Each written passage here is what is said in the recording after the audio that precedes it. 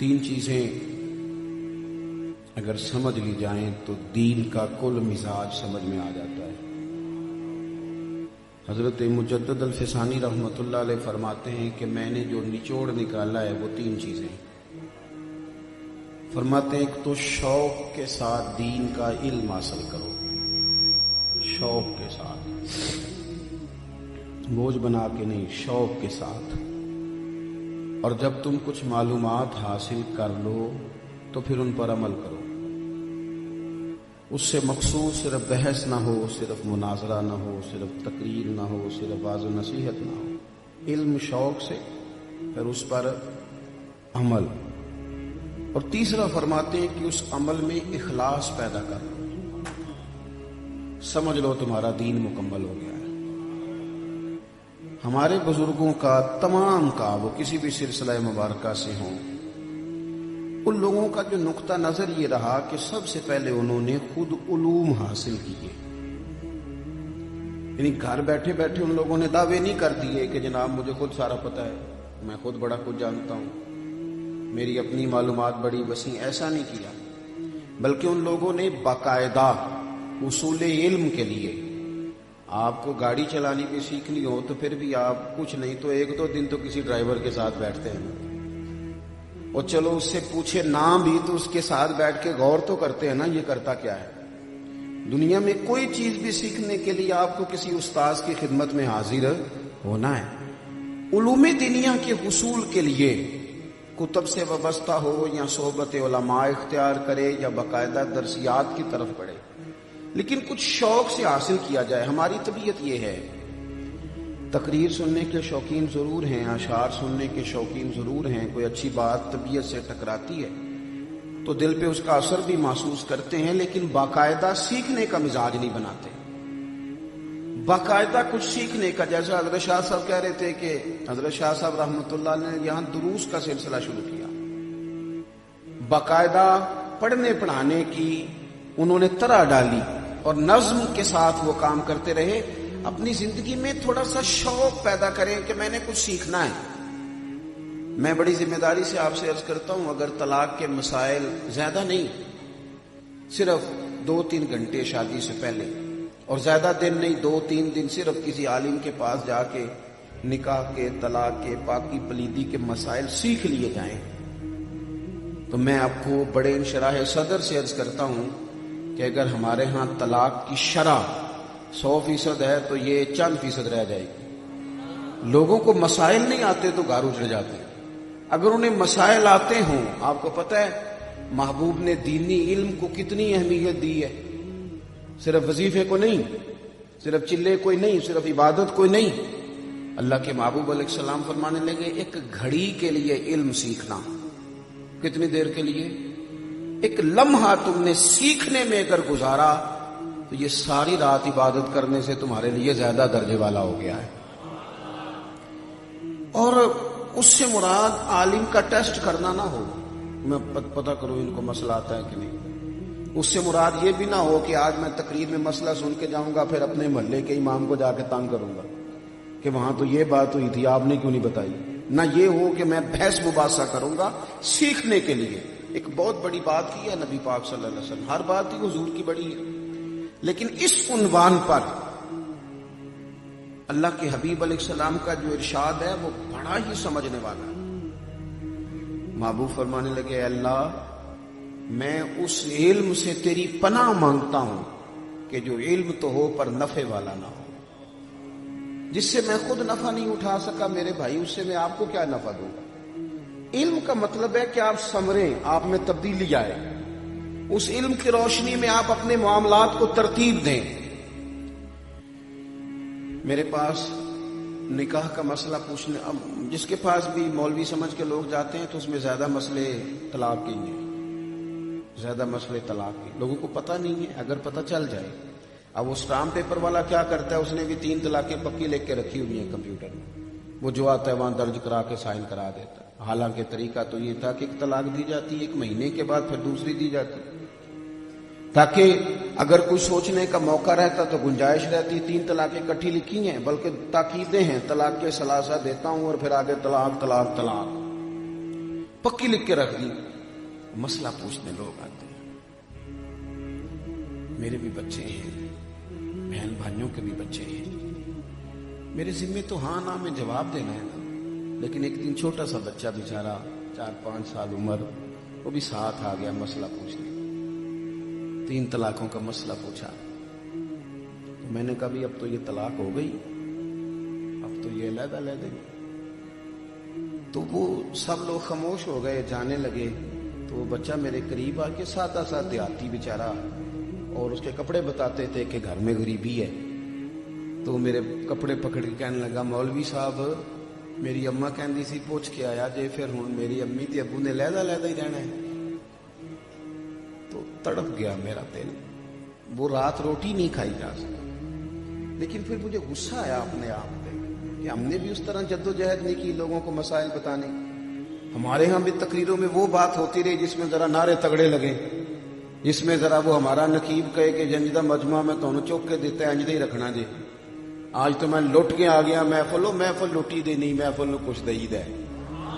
ये तू क्या फलसफा बयान कर रहा है कि मैं लुट के लैन दी महफिल, ये किस तरह का अंदाज। तो खुदारा दीनी उलूम पर तवज्जो करें। और ये इल्म इतना खूबसूरत है, इतना ठंडा है, इतना मीठा है कि नबी पाक ने मस्जिद में आके देखा 2 महफिलें सजी हुई हैं।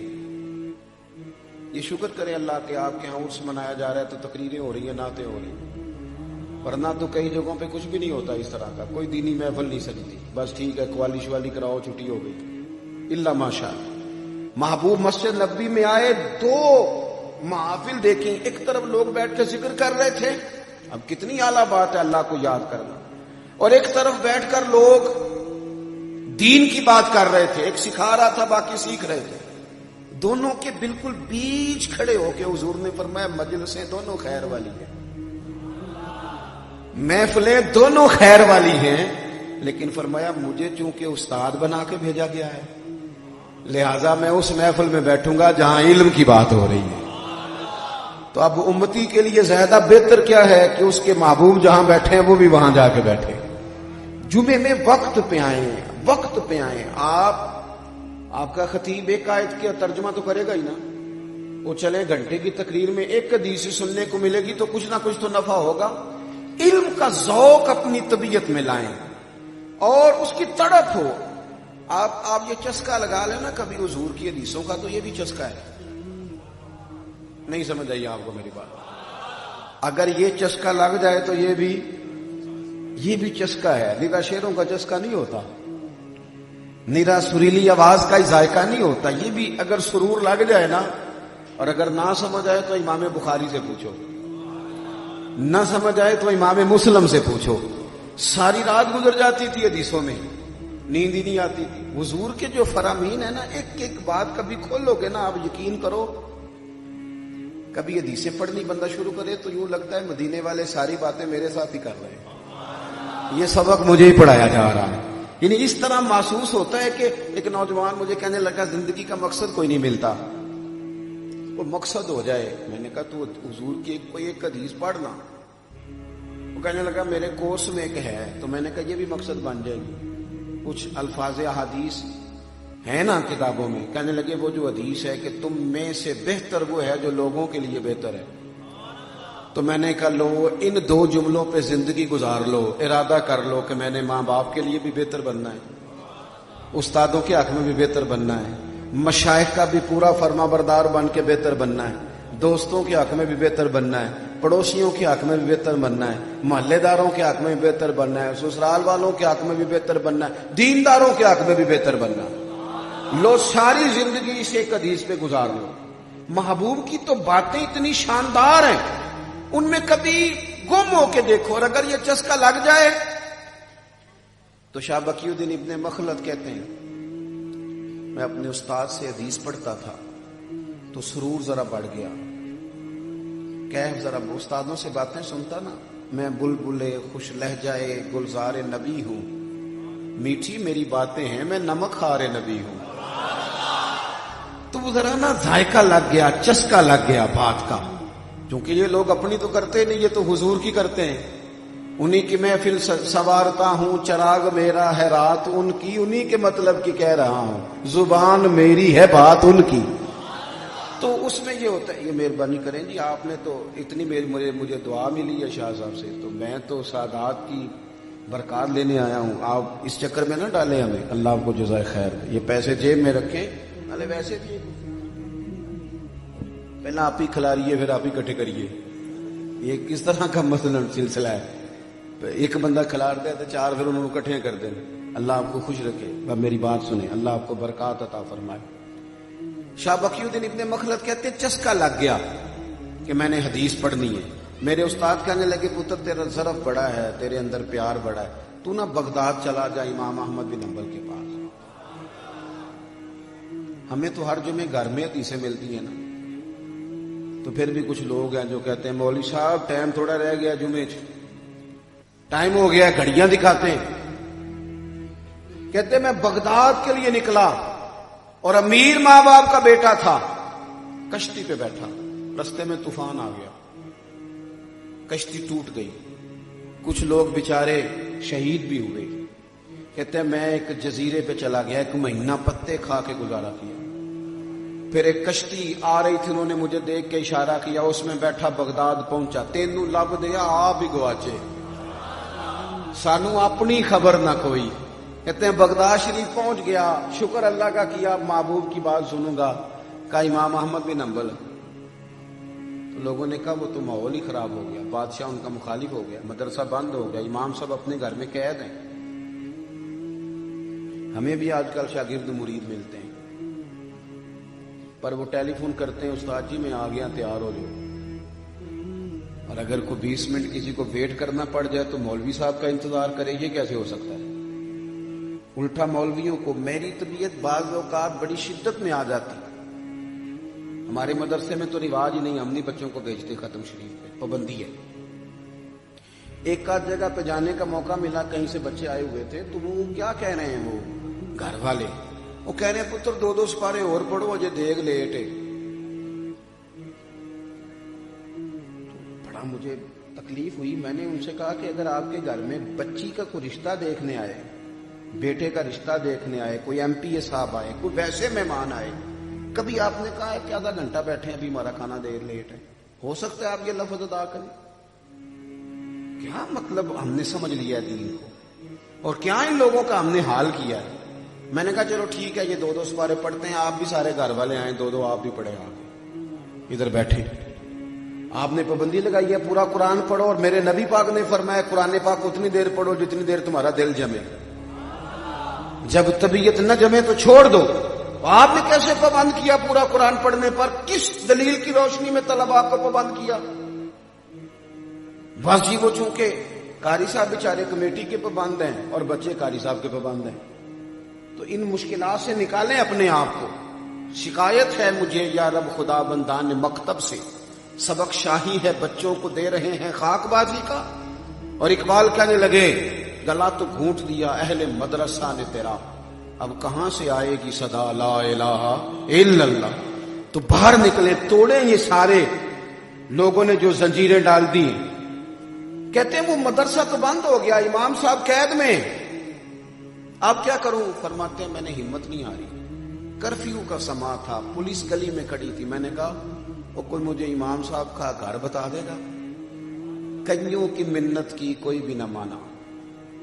ایک کہنے لگا صرف اشارہ کروں گا، صرف اشارہ، اور ہاتھ کا نہیں آنکھ کا۔ کہتے انہوں نے گھر بتا دیا، وہ گلی کے آخری کونے میں امام صاحب کا گھر ہے۔ اب میں نے سوچا کیسے پہنچو امام صاحب تک؟ یہ ہے علم کا شوق، سیکھنے کی لگن، یہ لگ جائے صحیح، یہ لگ جائے صحیح۔ میں نے دیکھا پی ایچ ڈی کرنے کے بعد بھی لوگوں کو لگ جاتی ہے، تو وہ پوچھتے ہیں جناب اس آیت کا مطلب کیا ہے، اس حدیث کی تشریح بتا دیں۔ لگ اپنے اندر یہ طلب پیدا کریں، اور جتنی طلب زیادہ ہو نا، چلیں ساتھی مثال دیتا ہوں، میں اپنے ابا جی نے ایک باری پوچھا، میں کہ ابا جی تمہیں کھانے چ زیادہ پسند کیڑی شے ہے؟ تو وہ فرمان لگے پتر جدو بھوک لگی ہوئی تو ہر شے، جے نہ لگی ہوئے تو پھر نخرے ہی نخرے۔ میری بات کی سمجھ آ رہی ہے؟ اگر طلب ہو نا تو پھر آپ جس استاد کے پاس بھی جائیں گے فیض ملے گا، اور اگر طلب نہیں शौक नहीं तो फिर बहाने ही बहाने, फिर कहानियां ही कहानियां। फरमाते हैं कि आंख के इशारे से कहा ये घर है। अब मैंने सोचा उस्ताद साहब तक पहुंचू कैसे जाऊं। पहले सोचा फल ना बेचने शुरू कर दूं कि भाई फल ले लो, फल ले। अमीर घर का बच्चा था, शायद कोई आ जाए। फरमाते हैं फिर सोचा कि फल बेचूंगा तो हर दरवाजे तक तो नहीं ना जा सकता, कोई दरवाजा खोले कोई ना खोले। फिर कुछ और ज़हन में बातें, फिर तय किया, बातें थोड़ी करनी है आपसे, मुख्तसर करता हूं। तय किया क्या? कहते मैंने पगड़ी उतार ली, कपड़े फाड़ लिए और गले में मांगने वाला कासा डाल दिया। वो सजना यार मनौन दिखाता रसा की भेस बटाए। कहते हैं वो मैंने हाथ में प्याला पकड़ लिया, दरवाजे दरवाजे जाता। 1 दिनार का सवाल है, 1 दिनार का सवाल। पुलिस दरवाजे पे थी, इमाम अहमद बिन हंबल का दरवाजा आया तो मैंने रो के सदा लगाई, फकीर हूं, 1 दिनार का सवाल है। इमाम साहब बाहर आए, नूरानी चेहरा, सोना इमामा, एक सोना दूजा मुंह दा मिठा, तीजे कातल नैन रसीले।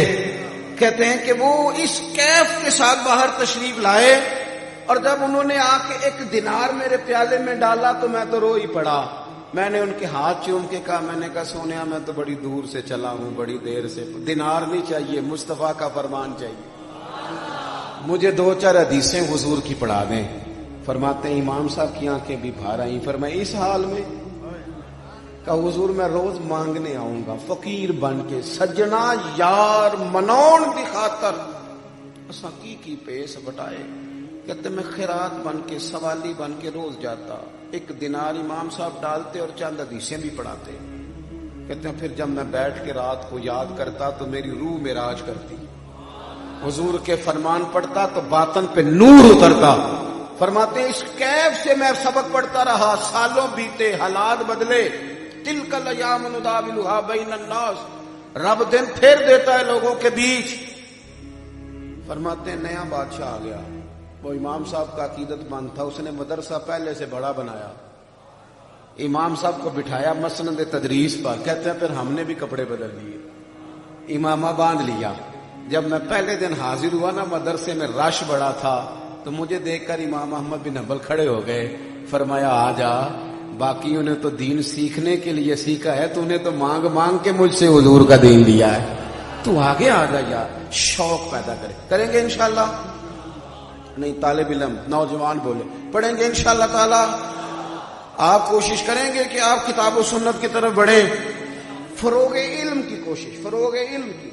और अगर आप कोई मीडिया भी चलाते हैं तो जरूरी तो नहीं कि किसी के लतीफे को आप आगे भेजें जो सही सनद के साथ रवायत आप तक पहुंचे, किसी मुस्तनिद आलिम की तरफ से, उसको जरा आगे पहुंचाएं, इबलाग में अपना किरदार अदा करें। दूसरी बात, फिर इसके फौरन बाद जो बात आती है ना इल्म के अमल की, वो है तकवा, परहेजगारी। तकवे का मतलब नमाज पढ़ना नहीं, रोजा रखना नहीं, हज करना नहीं। नमाज पढ़ने वाला नमाजी है, हज करने वाला हाजी है। गुनाह से बचने वाला मुत्तकी है। जो मुहतात जिंदगी गुजारने की कोशिश करे उसे मुत्तकी कहा जाता है। तकवे का मतलब एहतियात से जीना, मुहतात होके। ये जो बुजुर्ग थे ना हमारे, इनकी जिंदगियां मुहतात थी। मेरा एक जाती तज्जिया है कि जो पीर साथ आलिम भी हो ना, उसकी करामतें थोड़ी मशहूर होती है, थोड़ी होती है। लेकिन जो अल्लाह खैर करे, जिन्होंने दुआ के लिए भी मौलवी साहब ही रखे हो साथ, कहते साढ़े पीर साहब जी दुआ भी नहीं मंगते। मैं कौन मंगती नहीं, उन्होंने किसी मदरसे पाओ ताकि उसे आ जाए कोई दुआ शुआ करनी, उसे आती नहीं बेचारे को। कहते वो दुआ भी नहीं मांगते। अगर साथ आलिम हो तो करामतें क्यों कम होती हैं? इसलिए कि आलिम ने कोई भी बात करनी है तो एहतियात से करनी है। उसने देखना है कि जो कहने लगा हूं कुरान और सुन्नत में इसकी कोई दलील भी है, पीछे कोई मजबूती भी है। लेकिन जो जाहिल है, जो मर्जी करता रहता है। शायद इसीलिए किसी ने कहा था जेड़े महरम राज हकीकत दे, ओ ते राजे हकीकत खोल दे ही नहीं।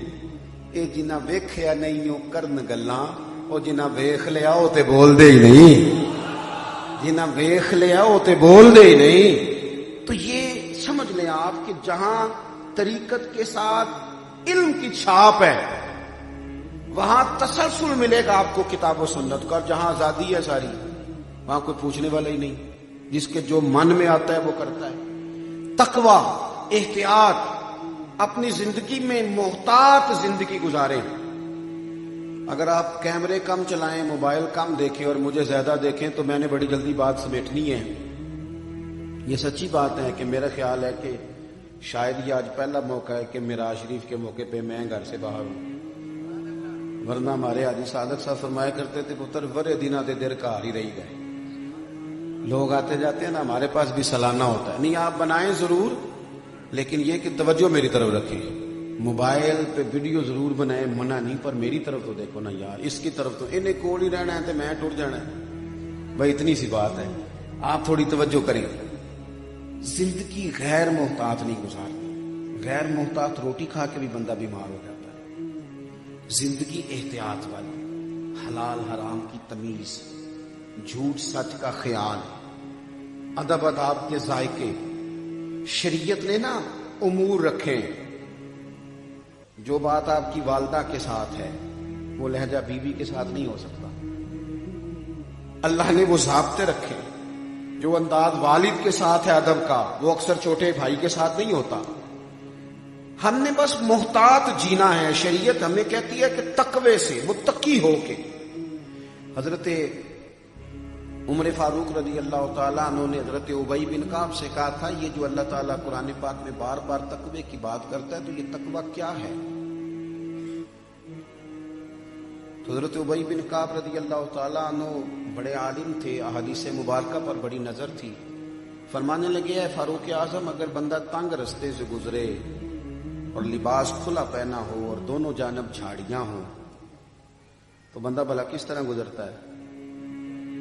سیدنا فاروق اعظم فرمانے لگے سادی سی بات ہے, ذرا کپڑے سمیٹ لے اور دائیں بائیں ذرا دھیان رکھے کہ کوئی جھاڑی الجھ نہ جائے کپڑوں سے, تو جو اس احتیاط سے گزر جائے گا وہ سلامتی سے گزر جائے گا. تو حضرت ابی بن کعب کہنے لگے بس یہی تقوی کی تعریف ہے. دنیا میں دونوں جانب گناہوں کی جھاڑیاں ہیں. جو ذرا اپنے آپ کو سمیٹ کے گزر جائے اسے متقی اور پرہیزگار کہا جاتا ہے. زندگی احتیاط سے گزارے. یہ ابھی بات ہو رہی تھی نا پیر علی حسین شاہ صاحب رحمۃ اللہ علیہ. ہمارے استاد صاحب فرمایا کرتے تھے, ایک ملاقات ہوئی پیر علی حسین شاہ صاحب سے, تو بڑا بہترین کھانا نا کسی نے پکا کے رکھا, سونا مرغن غذا, سمجھ لیں چھوٹا گوشت اور بڑے اچھے مسالہ جات. تو جب وہ آ کے سامنے دسترخوان پہ چنا نا تو پیر صاحب, پانی بھی رکھا ہوا تھا جگ میں ساتھ, تو پیر صاحب نے نا وہ پانی ڈال دیا سالن میں. فرمانے لگے اتنا مزے کا کھانا بندہ کھائے تو زیادہ کھایا جاتا ہے, پھر وہ نیند لاتا ہے. زبان کے ذائقے نفس کی خواہشات بڑھاتے ہیں. یہ کھاؤ, روٹی بھی تھوڑی کھائی جائے گی, عبادت بھی زیادہ کرنے کا موقع ملے گا. یہ احتیاط ہے, یہ احتیاط ہے. اب تو میرے بھائی پرواہ ہی کوئی نہیں. پیروں کے شہزادے اور جناب ان کے لاؤ لشکر اور ان کے عشرت قدے, مرید بیچارے کو میسر نہیں مٹی کا دیا بھی, اور پیر کا گھر بجلی کے چراغوں سے ہے روشن. اور یہ بھی کہا اقبال نے کہ مرید سادہ تو رو رو کے ہو گیا تائب, کاش اس پیر مغاں کو بھی مل جاتی توبہ کی توفیق. اللہ کرے اب یہ بھی کبھی توبہ کر جائے. مرید تو بڑا رویا ہے, اس نے تو بڑی توبہ کری. تو ہمارے بزرگ محتاط زندگی. اب جب بندہ محتاط زندگی گزارتا ہے دنیا میں, محتاط, وقت ضائع نہیں کرتا, اللہ کے حضور حاضری دیتا ہے, پھر اسے قیامت میں انعام کیا ملے گا؟ جو میں نے خطبے میں آیات پڑھی, تو علم سیکھے, عمل کرے, تقوی میں رہے, پھر انعام کیا ہے؟ یوم نحشر المتقین الی الرحمن وفدا. فرمایا متقی لوگ جب رب کی بارگاہ میں پیش کیے جائیں گے تو وہ رحمان کی بارگاہ میں مہمان بنا کے پیش کیے جائیں گے. الی الرحمن وفدا, پیش بھی رحمان کی بارگاہ میں ہوں گے اور مہمان بنا کے پیش کیے جائیں گے. مہمان. وَنُسُوقُ الْمُجْرِمِينَ إِلَىٰ جَهَنَّمَ وِرْدًا. اور یہ جو مجرم ہوں گے نا, انہیں دوزخ کی طرف پیاس سے ہانکا جائے گا, پیاس سے. मुत्तकी लोगों की जो आखिरत है ना हमारे यहां, बस मैं बात खत्म करने लगा हूं, हमारे यहां ना हमारे लोग भी गैरों से मुतासर होकर बाज बातें खौफ वाली करते हैं। मर जाएंगे, कब्र बंद है, खड्डा है। भाई इसमें कोई शक नहीं, कब्र खड्डा भी है, गड़ा भी है। मुझे आपके अमाल का नहीं पता और आपको मेरे का नहीं पता। दूसरों का हमें शक होता है, अपना पक होता है। मुझे पक पता है कि मेरे अमाल किस तरह के हैं, और अगर हैं तो किस मेयार के हैं। समझ रहे हैं आप मेरी बात को? अगर तो अमाल खड्डे वाले हैं तो फिर खुदा न खास्ता, अल्लाह माफ करे, कहीं खड्डे का फैसला हो ना जाए। और अगर अमाल वो हैं यौमा नहशुरुल मुत्तकीन, परहेजगारों वाले, इधर देखो नौजवानों, तो फिर कब्र खड्डा नहीं, फिर कब्र बाग है। नहीं आप समझे नहीं मेरी बात। एक सोच ये है, ये देखे मैं क्या कह रहा हूं, एक सोच ये है कि मरना है तो गड़े में जाना है, बंद है, ऑक्सीजन कोई नहीं, चारों जानब, एक सोच ये है। और एक सोच ये है कि मैंने मरना है तो बाग में जाना है, बाग में। तो जब किसी को पता हो कि मैंने यहां से उठ के बाग में जाना है तो खुशी खुशी जाएगा कि परेशान जाएगा? बस आप समझ लें, मेरे नबी पाक अलैहिस्सलाम ने फरमाया मोमन की कब्र जन्नत के बागों में से बाग है। अगर वो अपनी जिंदगी मोहताज गुजार ले तकवे वाली, तो उसकी कब्र फिर जन्नत के बागों में से। और आप मचल जाएंगे, बाग इतना शानदार है, इतना अजमतों वाला है, ये वो वाला बाग है कि जब कफन हटा के पहली आंख खुलेगी तो जियारत मदीने वाले महबूब की नसीब होगी। हुजूर की जियारत लहद में इश्क रुखे शाह का दे आग लेके चले। देखें फाज़िल बरेलवी कहां कहां पहुंचते हैं और किस रंग में पहुंचते हैं। कहते हैं लहद में इश्क रुखे शाह का दाग लेके चले। हमने अंधेरी रात सुनी थी, चराग लेके चले। और एक दरवेश और बोले, कहने लगे मैं कब्र में गया तो फरिश्ते मेरा कफन टटोलने लगे, भला ये क्या लाया है? पसे मुर्दन फरिश्तों ने जो तलाशी ली तो भला क्या निकला? मरने के बाद जब फरिश्तों ने तलाशी ली तो क्या निकला? पसे मुर्दन, यानी बाद मरने के। कहते पसे मुर्दन फरिश्तों ने जो तलाशी ली तो क्या निकला? फकत एक दिल के गोशे से ख्याले मुस्तफा निकला। फकत एक दिल के गोशे से ख्याले मुस्तफा निकला। अजीजों, जिंदगी थोड़ी मोहतात, गैर मोहतात नहीं। मैं ना देखता हूं लोगों को बड़ी बातें करने का शौक है, बड़ी। और पहले तो मखसूस लोग खतीब होते थे, अब तो हर फट्टे पे खतीब बैठा है। जिसके पास जुबान है वो बड़ी बात है। बल्कि बहुत सारे तो ऐसे मुझे लोग भी मिले जो कहते हैं मौलवियों की बताओगे, तो सामने पूछो उसी दसने। तो अगर अल्लाह ताला कभी स्पीकिंग पावर दे, बात करने की सलाहियत हो तो उसे मुस्बत इस्तेमाल करें, गैर मोहतात इस्तेमाल न करें। अपनी जिंदगी में इन बातों का ख्याल करें। एक तो इल्म का शौक हो, अमल का जज्बा हो, इखलास की दौलत हो, और जिंदगी तकवे वाली हो, तो यहां भी आप महसूस करेंगे कि आसानी है और वहां भी अल्लाह की रहमत है। शाह साहब ने भी कहा था, मैं भी गुजारिश करता हूं कि महफिलें सरकार के नाम की हैं, लोग तो आते जाते रहते हैं, तो हमें नजरियाती बनना चाहिए, नजरियाती होना चाहिए। आप इसी तरह बैठे, मेरे इस्तकबाल को भी ना उठें, आपकी मेहरबानी, तशरीफ रखें, अल्लाह आपको बहुत सी जज़ा दे। सब दोस्त अपनी अपनी जगह पे बैठे, जो प्रोग्राम आ गया वो चलेगा। आखिर दावा यानी